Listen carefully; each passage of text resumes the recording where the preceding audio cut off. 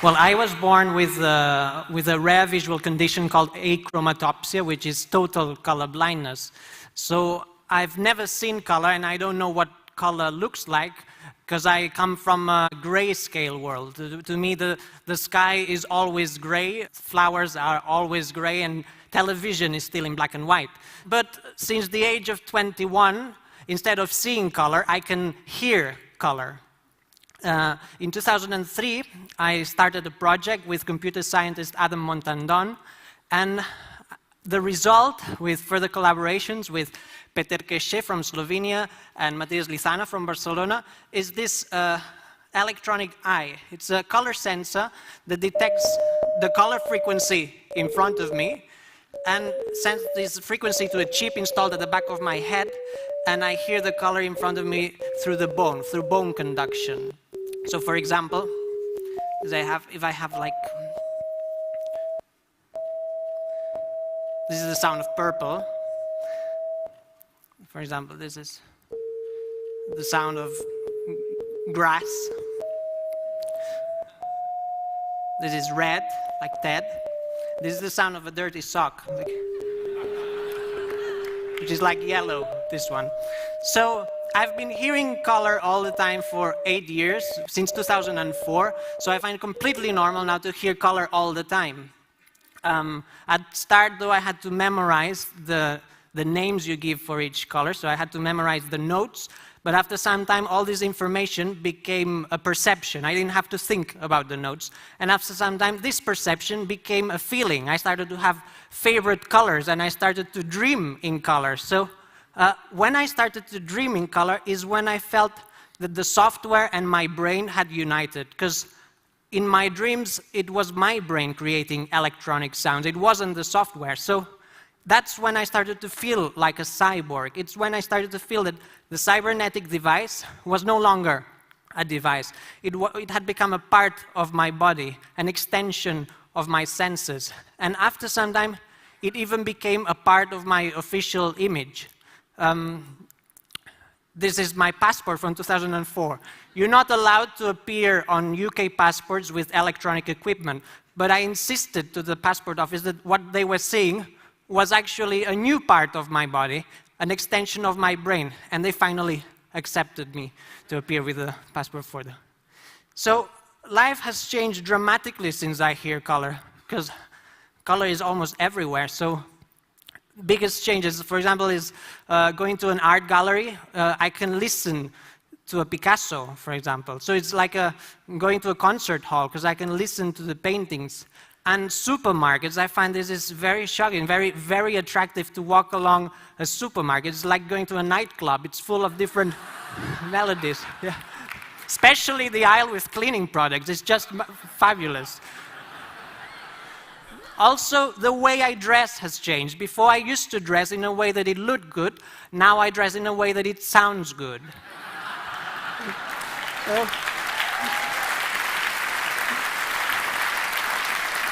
So today I'm dressed in C major, so it's quite a happy chord. If I had to go to a funeral, though, I would dress in B minor, which would be turquoise, purple, and orange. Also, food.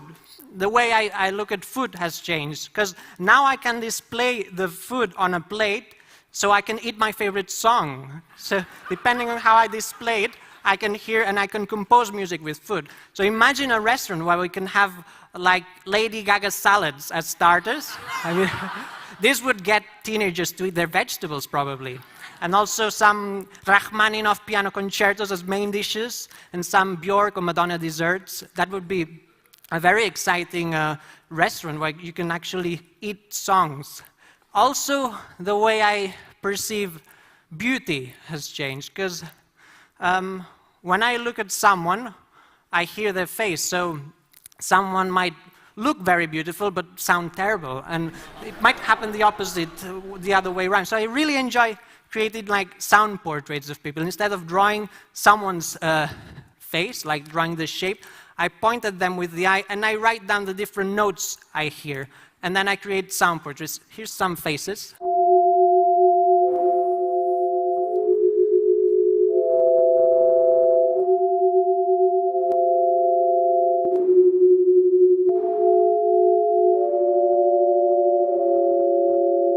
Yeah, Nicole Kidman sounds good. Some people I would never relate, but they sound similar. Prince Charles has some similarities with Nicole Kidman. They have similar sound of eyes. So you relate people that you wouldn't relate. And you can actually also create sound, concerts by looking at the audience faces. So I connect the eye and then I play the audience's faces. The good thing about this is if the concert doesn't sound good, it's their fault. It's not my fault. And so another thing that happens is that I started having this secondary effect, that normal sounds started to become color. I heard a telephone tone and it felt green because it sounded just like the color green. The BBC beeps, they sound turquoise. And listening to Mozart became a yellow experience. So I started to paint music and paint people's voices, because people's voices have frequencies that I relate to color. And here's some music translated into color. For example, Mozart, Queen of the Night, looks like this. Very yellow and very colorful because there's many different frequencies. And this is a completely different song.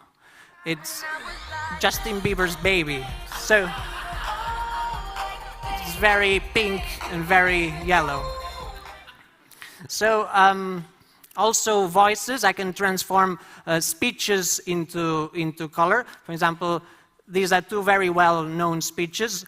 One of them is Martin Luther King's I Have a Dream, and the other one is Hitler. And I like to exhibit these paintings in the exhibition halls without labels. And then I ask people, which one do you prefer? And most people change their preference when I tell them that the one on the left is Hitler, and the one on the right is Martin Luther King.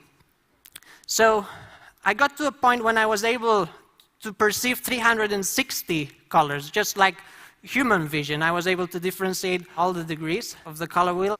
But then I just thought that this human vision wasn't good enough. There's many, many more colors around us that we cannot perceive, but the electronic eyes can perceive. So I decided to continue extending my color senses, and I added infrared and I added ultraviolet to the color to sound scale. So now I can hear colors that the human eye cannot perceive. For example, perceiving infrared is good because you can actually detect if there's movement detectors in a room. I can hear if someone points at me with a remote control.